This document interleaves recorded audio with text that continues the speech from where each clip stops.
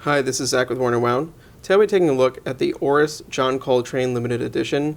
This is a watch that they unveiled at Basel 2012, and when we saw it there, we were just kind of immediately enamored with it. Oris, is kind of a classic Swiss brand we've looked at before. I always really associate them with pilot watches and dive watches, really technically built ones. But they also make very beautiful dress watches, and they always have. They're the Atelier line, which is a line they always have around. And they do these interesting limited editions from time to time, and specifically ones that I believe tie in jazz musicians. This is part of a series, obviously John Coltrane, very famous jazz musician. So the watch, which is a limited edition of 1000, named the Coltrane, draws on kind of a 50s design, John Coltrane's famous album, Blue Train, being from 1957, so that was the inspiration for the aesthetic. And it very, very subtly kind of mixes in the Coltrane reference. In this case, there's simply a blue train track index on the dial, and that's really it.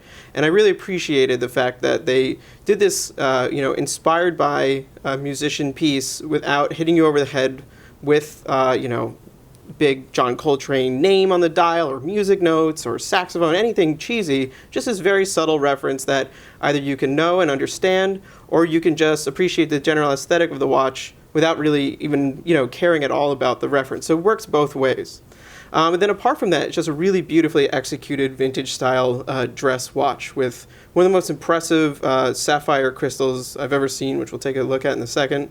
Really nice size, the 38 millimeters. It's just everything you want in a vintage style piece. It comes in at a kind of a heavy price, though, of $2,200. It is a bit high considering it has a Sellita SW200 movement in it, which is a fairly common movement you can find in watches, typically under $1,000. But the rest of the execution, I do think, speaks to a higher-end Swiss-made watch. So let's take a closer look. The case of the Oris John Coltrane gets across his vintage dress style, but with an execution that I think is fairly modern and just very precise and elegant. So you have a 38 millimeter case here, about 44 millimeters lug to lug. It's nice and tall at 11.3 millimeters, and this is really where you can see the kind of quality that Oris is putting into the case design. So the sapphire crystal here is massive and very, very high up, and that is obviously kind of simulating the effect of a domed acrylic crystal, but out of sapphire, so it's much more scratch resistant, and it has kind of a different look to it. I mean, it's not that kind of box crystal that kind of jumps up and then goes over, which I think would have been more typical of a watch from the 50s. Instead, it's this just really big, kind of almost museum-looking glass vitrine type thing that in person, obviously it's probably a little hard to see because it's clear, but in person, the way it distorts light as it bends around it's absolutely beautiful and adds this kind of a level of just, aesthetic beauty to the watch that, I think speaks to the fact that this is a higher end, kind of entry level luxury watch brand. The whole case then is polished all the way around. So it's very simple in finish, but well executed. And the design, like I said, so it's kind of a classic design, but I do think it's just nice. The proportions are very nice. And interestingly, for a 38 millimeter case, it actually has 20 millimeter lugs. So lugs stand a little far apart. That gives it a slightly more kind of a masculine shoulder to it. That's something you might see on earlier, Rolex Datejust and Tudors, where they had this slightly broader lug, which made it feel a little bit sportier, and I like that. It kind of beefs up the watch a little bit, but still keeps it all very tidy and elegant.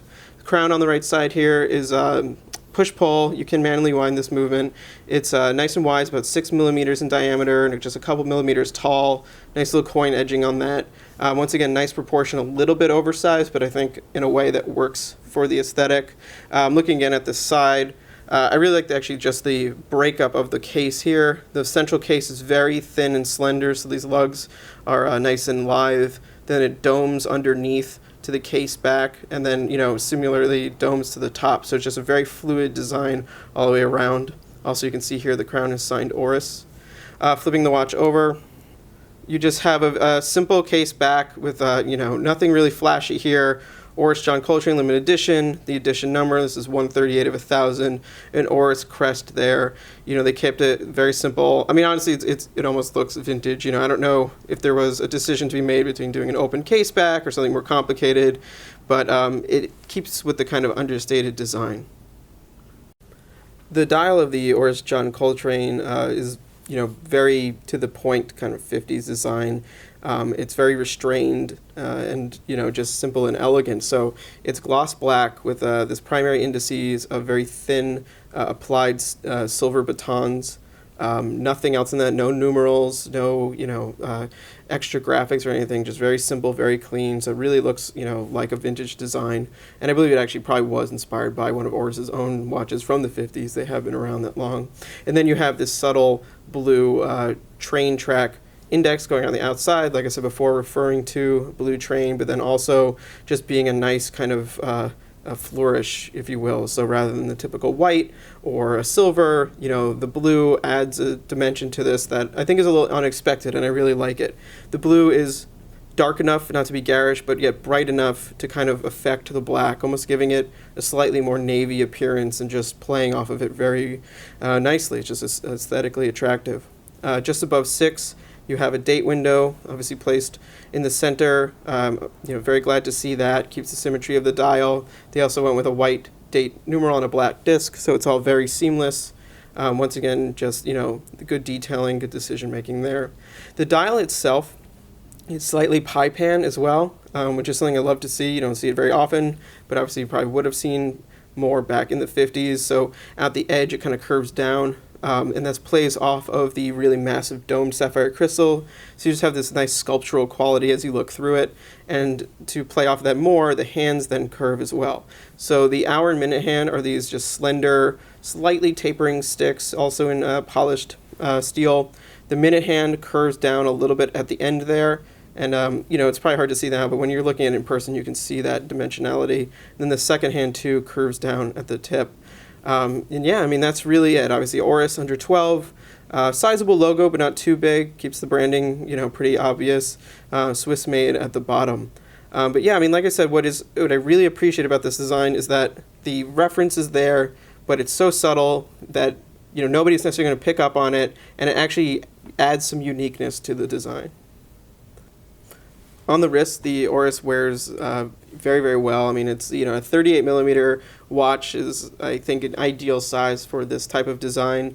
Back in the 50s, it might have been as small as a 36. Beefing it up to 38 gives it enough of a size increase to be nice and modern, but it's still a very small, very well, sized reserved watch that'll certainly fit wrists smaller than mine. I have a 7-inch wrist, so, I think down to probably even 6 inches are fine with this. Up as well, though, for larger wrists, it's a matter of taste if you like the smaller case design. But, like I said, it also has slightly wider lugs at 20 millimeters rather than 18, so that gives it a little bit more mass on the wrist. And then, the height of it, because of the crystal, just gives it a little bit more of I'd say just a little bit more of a substantial feeling. It just doesn't feel like a vintage watch. It feels really nice and solid. It doesn't have, I feel like some of the vintage, especially dress watches I've had, they just feel a little fragile, and this certainly doesn't feel that way. And it's, it's just beautiful. It's simple. It's elegant. I love the black on there. I love how the blue plays off of the black. So it's still, looks like a black dial watch, but that little bit of color just kicks it up. It just makes it more flavorful, a little bit more energetic. So it's not dull, though it's very simple. And then the case and the crystal are just so beautiful and fluid. Here, I have it on with a very kind of micro houndstooth pattern here. It's, it looks nice. Definitely a watch you can wear with a suit. Definitely you can dress it down or up. So very versatile, casual to dress design. Now looking at the strap, it's a really beautiful strap. Like I said, 20 millimeters at the lugs, quickly tapers down to much smaller. Actually, I haven't measured that, but I imagine that's probably around 16, if not even a little thinner. Absolutely no stitching on the strap. The folded leather, I think it's called like a Remboursade or something like that style. Definitely a more complicated style of strap to make. And it's just beautiful. It's very padded around the center, or around the top rather. So, you have this nice kind of thick plush feeling to it here. I don't know, it's just really beautiful. It's also a full grain leather, so you have a nice texture in it, just all around very elegant. And it has an interesting deployant clasp. So this is actually the kind of deployant clasp we've seen on Christopher Ward watches before that I believe was designed, by their business partner Bader. And it's a one-sided clasp, so it hooks on here, and then you just fold it and snap.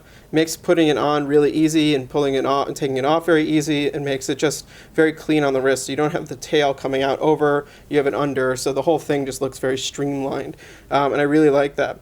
One other thing that's nice about this strap, on the inside, it's actually suede, so just very plush and very comfortable in there. It might be hard to see, but it's beautiful texture in there. Just feels really nice on the skin.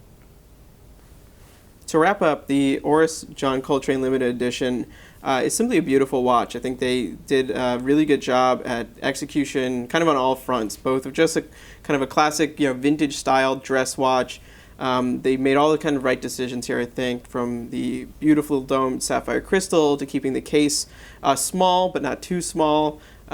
Just every little thing kind of worked out, and execution is beautiful. Definitely what you'd expect of kind of a an accessible luxury Swiss watch brand.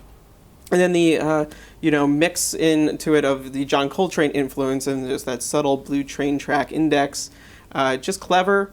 And like I said, I like that it's subtle. I mean, I like John Coltrane, but I'm not a huge John Coltrane fan. It's just not my cup of tea. But I would totally wear this watch and not feel like I'm betraying something about it. But I think for somebody who is an avid Coltrane fan who was looking for this watch, they would also have something that was more subtle, and not people wouldn't look at it and be like, oh, look at your wild John Coltrane watch. Like, we know you're into John Coltrane. It's really for you. It's for the owner, and it just appreciates them in a respectful way. And I really like that. So at the end of the day, though, the one drawback of this watch is, for me, the price. So $2,200. There's certainly a lot of competition out there, from Nomos to I think in the style, the Hamilton Intramatic, which is very similar, kind of period piece, which is less than half the price. So I think you are going to want to have to buy into the limited edition. You probably really are going to want the Coltrane aspect of it to really kind of push you over the line. And what I know is, though, when you do get this watch, you're certainly not going to be disappointed by the quality of it. It is, just an exceptionally made watch. So please read the full review on Worn&Wound. Follow us on Facebook, Instagram, and Twitter. Thank you.